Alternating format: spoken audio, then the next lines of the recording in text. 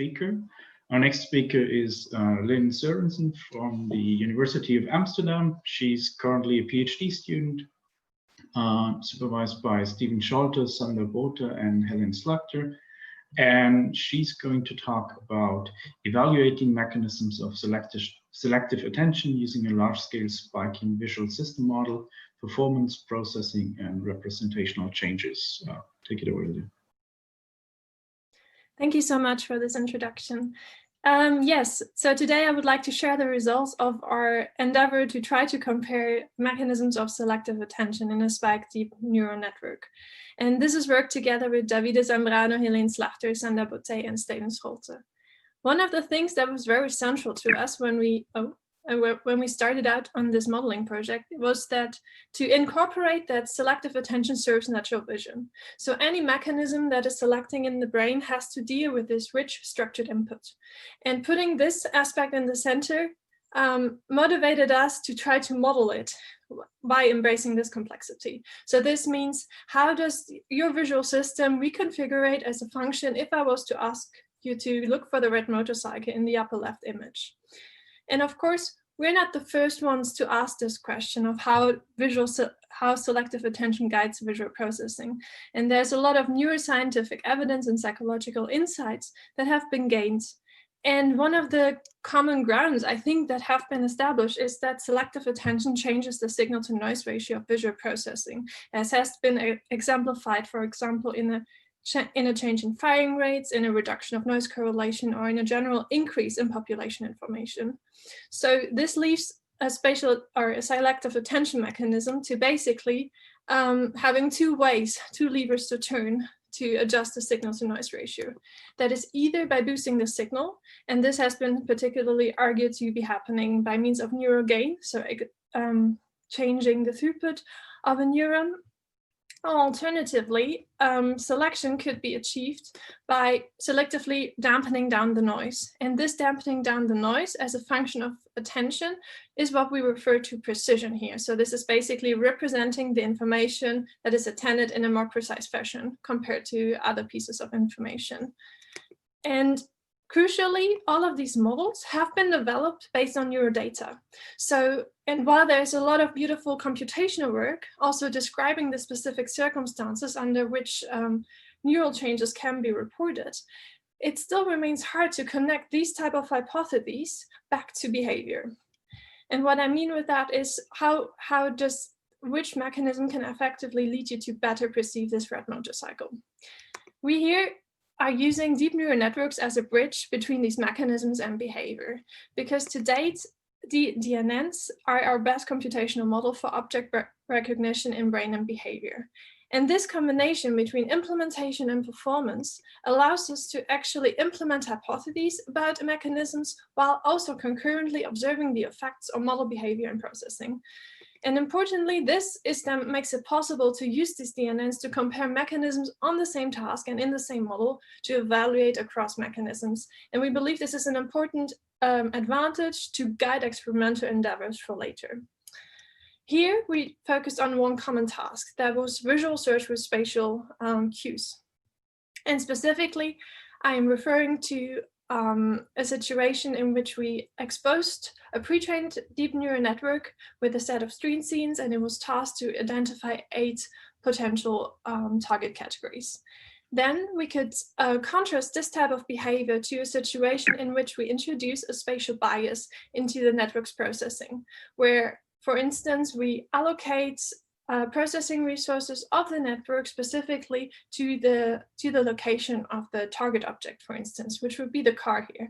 And then we can observe the effect, which would be that the network gets better at predicting the presence of the car. Alternatively, we can also move the processing resources to a different location that is completely unrelated to the target object. And this leads to a situation in which the car will be reported less likely. So what I'm saying is we can directly map the changes in the processing in the network to the behavior. We here also adopted a common modeling framework which adopts spiking deep neural networks. And to not scare you off, spiking deep neural networks are very comparable to common deep neural networks, with an important exception that they are trained with a specific activation function that captures the in and output relationship of our neuron model. After training, we replace this activation function with a more sophisticated neuron model that has more biological components. This brings about certain advantages. Namely, we can maintain state-of-the-art performance because we have learned this function outside of the spiking regime. But we also introduce processing noise, and we believe this is a crucial aspect for studying attention mechanisms, which also have to face noise during neural processing. Importantly, this also allows us to then have an attention mechanism that has to deal or can operate based on noise. Finally, these our spiking deep neural networks operate over time. So they are evaluating over time, and like this, we have access to more temporal aspects of these processes, such as detection times or latency. In sum, adopting spiking deep neural networks allows us to both study gain and precision-based mechanisms. We have in total 3 types of mechanisms that we evaluated. We have a mechanism that selectively ramps up the input gain by multiplicatively increasing the current that comes into a neural model. We have an alternative that selectively alters the connection to the next neuron as a function of attentional engagement. And both of these would actually result in a signal change, so a change in the mean. Alternatively, we also implemented a variant that selectively targets the noise. So here we don't have any change in mean, but instead we only selectively reduce the noise as a function of spatial attention. This is what we call a noise change. These 3 components allowed us to answer the question of how do different attention mechanisms compare in the efficacy of guiding behavior, implementing changes in processing like firing rates, evoked potentials or latencies, and change the representations of the network that are used for this behavior. Unfortunately, I won't have the time to go into the processing today. For the behavior, we will be focusing on the predictions that the network makes under the different circumstances. If we now remember the first slide, we here want a contrast situation in which the network doesn't get spatial cues, in which it gets a valid spatial cue that is superimposed on the target object, or in which it is guided to an irrelevant location. We can then compare how the network is actually changed because we have the neutral network that is not guided by spatial attention. And here we see that around 300 milliseconds after stimulus onset, the network gets better at predicting the target class. But it also comes at a cost, as we can see that it gets worse at predicting the target class when guided by an invalid cue. To further summarize this, we can quantify the performance across the entire dataset, also accounting for false alarm rate, by using the ASCII score. And if we do this, we see an interesting picture emerge, namely that precision is not able to really significantly cause a divergence in the behavior, but instead only input gain and even more so connection gain are able to guide the network to these according to the spatial cue. So all mechanisms except for precision resulted in the spatial cueing. Then we can also leverage the temporal characteristics of this model. So we can do this by quantifying at which moment in time after stimulus onset the target time course, so remember the car from the beginning, crosses the detection threshold. If we do this across the entire data set and across all with the valid, invalid, and a neutral condition, we obtain three kinds of distributions. We can then further quantify this distribution by calculating the mean. And this gives us these plots where we see that, again, for precision, we don't see a lot of the changes in timing with a valid or invalid cue. But for input gain and connection gain, we see differences in timing of around 25 milliseconds that are introduced solely through the spatial cueing. Finally, I would like to talk to you about the representational changes that these mechanisms cause. So, for example, does the signal get better as a function of the mechanism, or do we just merely suppress the noise? To this end, we looked at we compared a network that has a certain mechanism introduced back to the neutral network and also to the training network, because the training network did not feature any noise. So this allows us to estimate in how far different parts of noise or of signal. For the noise, we compare it to in how far it became more similar to the training network. If we do this, we see that all mechanisms actually recovered from the noise that was introduced by introducing the spiking neuron models to a similar extent, but it was more detrimental for those that had a gain mechanism in them. On the other hand, if we compare if the attention mechanisms actually added information that the training network did not have, which describes a signal enhancement, we see a much more clearer picture, namely that connection gain in particular seemed to be adding information due to the spatial cue, and input gain achieved that, didn't achieve that. So all mechanisms did reestablish noisy representations, but only gain mechanisms added new information. So my take-home messages for today are of how do different attention mechanisms compare in their efficacy of guiding behavior. We saw that precision was ineffective for implementing spatial attention and behavior, whereas gain was useful to do that. For implementing changes in processing, I wasn't able to talk to you about this, but we see firing rates that change in a biologically observed range for mechanisms, yet they all introduce unrealistic latencies. For the cause and representational shift, we see all mechanisms recover from the noise, yet only the gain mechanisms are suitable for adding some additional signal.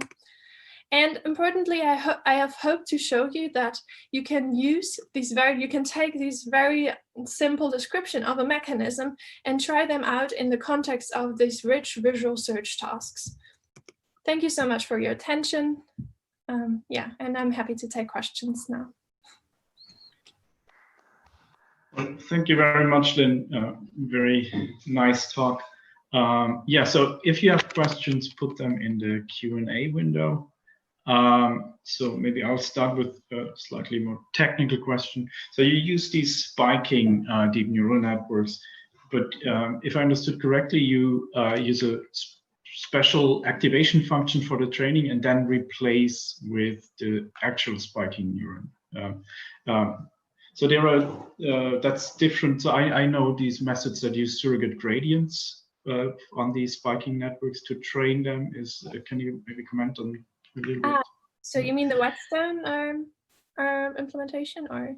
I know there's work from Friedemann Zenke on these surrogate gradient methods, where you basically smooth the spikes to get a gradient, because when, yeah.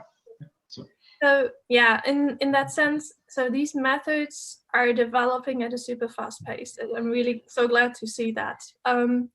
But it's still quite hard to obtain a network that can basically perform on ImageNet. And we here, this is sort of the hack that we're using, that we're finding an approximation function that captures the input-output relationship of our neural model over infinite time steps. So in that sense, it's a bit different, but in that we can't really capture a lot of finite temporal dynamics. But I'm not really super familiar with this other approach that you talked about, so that I can make a useful comparison. Okay, thank you. Yeah, and what kind of spiking neuron models do you use? Are these integrated fire neurons or more sophisticated? It's adaptive spike response models. Yeah, so we have adaptivity in there, which is very important to actually maintain a useful activation regime inside of the network, because because otherwise you get into it's important to find a regime that the neurons can still encode. And if you don't have adaptivity, you quickly drive them out of range into very biologically implausible regimes. For example, our neurons, they operate at 18 Hertz per neuron in the network. And if you don't have adaptivity, you can't do that well. Yeah. Okay, thank you. Oh, yeah, Hintz, go ahead. Yeah, thank you, Lynn, for a great talk. I have one brief question. I was just looking at your time course. So in human behavior, right, if we're doing a recognition, spatial attention helps, but it also, if I noticed in your plots, it doesn't, did you allow spatial attention to relocate once the model figures out this is not what I'm looking for? No. Okay, so the parallel to this is that a human is trying to identify something that's in covert attention, but somewhere else. Yeah, we basically try to model preparatory attention. Okay. So in that sense, I'd love to have something more sophisticated where you have bottom up and top down sort of meeting. But that would need that you adjust the attention parameters as a function of incoming information. That's a much harder problem. So yeah. Right. But you made a cool first step to do that. Thanks. So it's basically feed-forward processing meeting preparatory attention, what we do here. Yeah, thanks. Okay, thank you again, Lynn, for a very nice talk. And we'll move on to our third speaker.